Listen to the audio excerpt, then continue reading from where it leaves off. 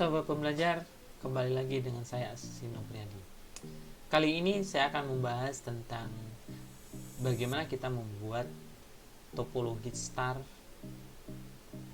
pada Cisco Packet Tracer. Kali ini saya akan men-setting topologi star itu dengan dua jenis tipe IP address statis dan IP address dinamis. Nah, peralatan perangkat yang kita butuhkan adalah satu server, satu switch, dan 4 personal komputer. Oke. Pada dasarnya, kenapa saya menggunakan dua jenis IP address statis dan dinamis? Karena biar teman-teman paham dan mengerti implementasi dari IP address statis dan dinamis itu, dan kemudahan dalam penggunaannya nanti. Jadi teman-teman bisa membedakan mudah mana sih ketika kita membuat suatu topologi jaringan itu menggunakan IP addressnya kayak gitu. Karena kenapa? Karena biar teman-teman mempercepat suatu pekerjaan ketika teman-teman punya project atau punya rencana pembuatan jaringan. Oke, kita siapkan saja. Kita langsung ke bagian hardware yang kita butuhkan. Kita menggunakan 4 personal komputer.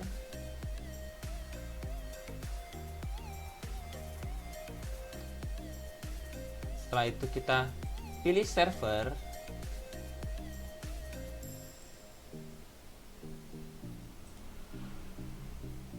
Setelah itu kita pilih hub atau switch. Oke, kali ini kita bebas ya dalam penggunaannya. Teman-teman mau menggunakan switch boleh, menggunakan hub boleh, kayak gitu. Perbedaannya ya, kalau switch kita akan kembangkan lebih banyak lagi. Kita gabungkan, tapi kalau hub kita hanya bisa menghubungkan di perangkat-perangkat tersebut tanpa bisa men-setting dari keinginan dari switch tersebut, gitu.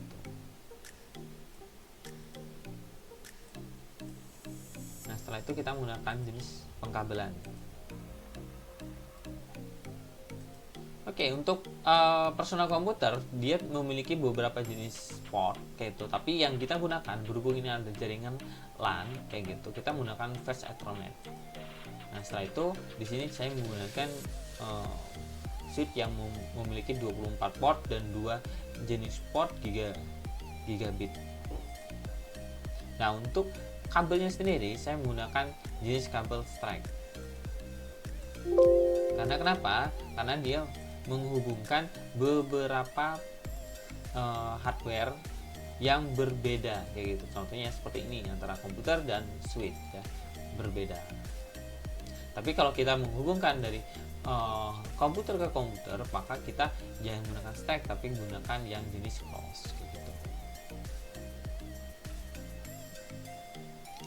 Oke, nah setelah itu kita tunggu semua berwarna hijau. Jadi biar keadaan sudah ready semua gitu. Tapi walaupun dia sudah berwarna hijau seperti ini, ketika kita tes dia belum bisa kayak gitu, belum bisa terkoneksi. Misalnya saya coba dari personal komputer 0 ke personal komputer 1, maka dia keadaannya belum bisa karena kondisi hardware-nya belum disetting atau IP address-nya belum disetting. Nah, kita setting terlebih dahulu untuk servernya terlebih dahulu. Tinggal teman-teman klik aja, setelah itu pilih ke desktop dan IP konfigurasi. Nah, IP konfigurasi ini ada statis, ada dinamis atau DHCP kayak gitu. Kita di sini menggunakan IP address kelas C. Kenapa kelas C? Karena jumlah komputer yang kita gunakan hanya sebagian kayak gitu. Nah, untuk default gateway-nya kayak gitu kita tentukan aja sekarang. Karena kenapa? Karena biar mempermudah ketika nanti kita men-setting untuk DHCP-nya. Jadi kita sudah tentukan di awal.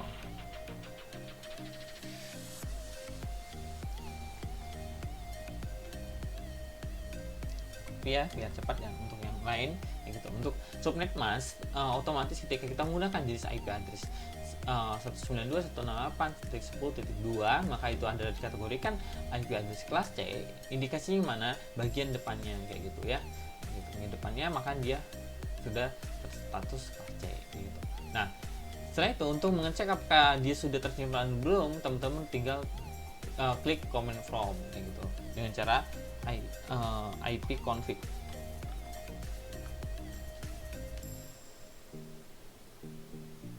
Ya, seperti ini, maka dia menginformasikan bahwasanya IP address-nya adalah yang seperti yang kita isi tadi, subnet masknya dan default gateway-nya seperti itu. Nah, kita lanjut ke pemberian IP address pada masing-masing personal komputer kayak gitu. Nah, karena kita menggunakan yang jenis statis terlebih dahulu. Sama, double klik pada PC-nya, setelah itu pilih ke desktop dan IP konfigurasi. Kita urutkan sesuai dengan kebutuhan kayak gitu. Tekan dari satu default gateway-nya, dua itu IP address si servernya, yang tiga berarti IP address personal komputer yang pertama gitu. Nah, subnet masknya kita isi atau enggak gitu. Nah, untuk sementara tidak usah, nggak jadi masalah.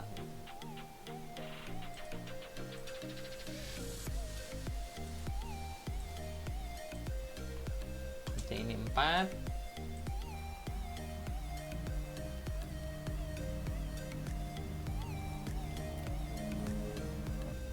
Oke, maka IP address sudah kita coba dan atau sudah kita isi. Maka kita akan coba apakah mereka sudah terhubung antara satu dengan yang lain. Kita coba dari server ke komputer 2.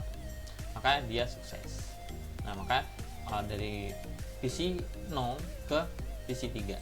Maka dia sukses juga. Maka semua personal komputer sudah terhubung. Atau kita coba dari PC 1 ke server, maka dia sukses. Nah, itulah untuk mengindikasikan. Nah, cara lain selain ini untuk melihat koneksivitas, maka kita bisa yang menggunakan yang namanya CLI atau command from kayak gitu ya. Kita cek aja dari personal komputer ini yang 0, dan command from kita ping ke IP address dari si server.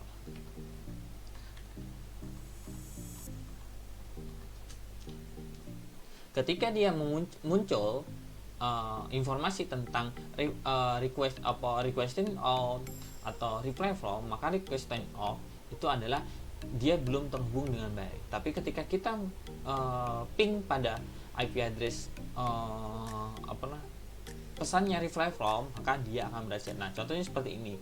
Kenapa seperti ini? Karena saya salah menginput IP address-nya. Jadi bukan 192.168.0.2, tapi 192.168.10.2 gitu. Nah, kita coba kembali.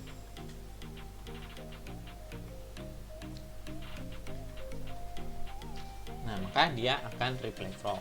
Nah, ini ketika kita ke server. Coba kalau kita ke komputer klien, sama-sama komputer klien kayak gitu. Maka saya akan coba ke komputer 3. Maka dia juga reply from kayak gitu. Nah, kita coba aja cek IP ini berapa sih. Berarti kita tuliskan IP config kayak gitu ya. Nah, seperti itulah langkah-langkahnya. Nah, sekarang gimana kalau kita akan membuat IP address ini menjadi dinamis? Apa sih perbedaannya? Nah, perbedaannya kalau kita menggunakan IP address dinamis, setiap personal komputer atau si klien itu tidak perlu kita setting IP address, secara otomatis akan diberi dari server. Nah, baik, kita coba untuk pembuatan DHCP-nya. Oke. Nah, ini kita udah masuk ke bagian server kayak gitu. Setelah itu teman-teman tinggal cek bagian config, service maksudnya kayak gitu. Setelah itu pilih ke DHCP. Nah, pastikan DHCP-nya sudah kita aktifkan kayak gitu. Nah, untuk fast Ethernet-nya berhubung di server hanya cuma satu port, maka fast Ethernet 0 kayak gitu. Nah, ini port name-nya abaikan aja. Nah, ini default gateway-nya yang tadi kita sudah sempat buat di IP address dari si kliennya gitu. Si servernya. Kita masukkan.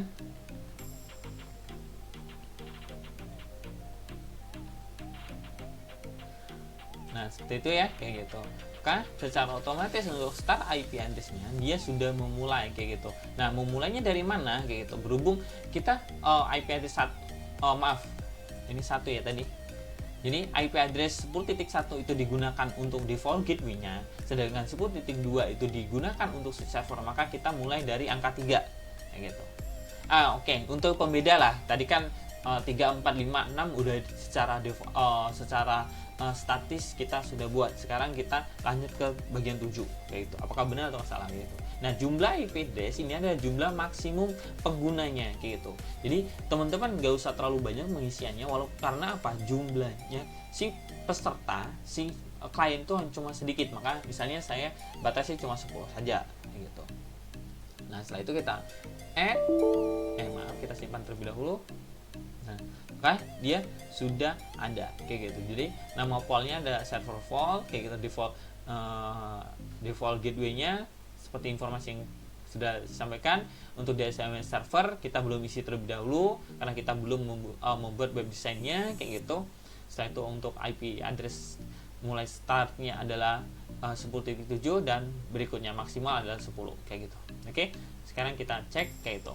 Apakah ini sudah bisa kita ping atau belum? Kita server 1 dengan server.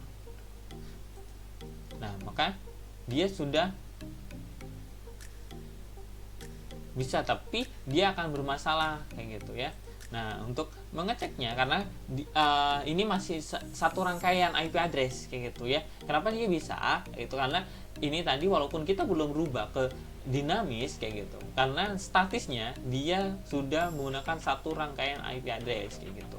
Maka kita rubah aja dengan cara samaan, double klik pada si kliennya. Setelah itu pilih IP konfigurasi, teman-teman klik bagian DHCP, maka yang akan diberikan IP address-nya adalah 10.7 karena start mulainya.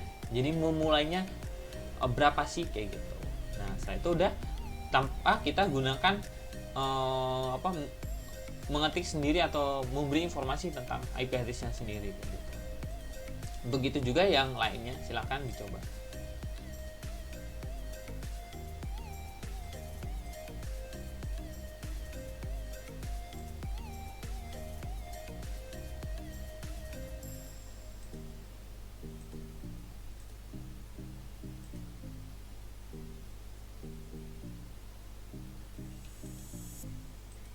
Nah, oke, itulah langkah-langkahnya. Coba kita cek kembali apakah dia sukses juga.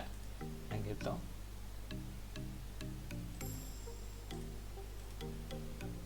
Nah, oke. Nah, kita coba dari personal komputer 1 ke server. Kita ping.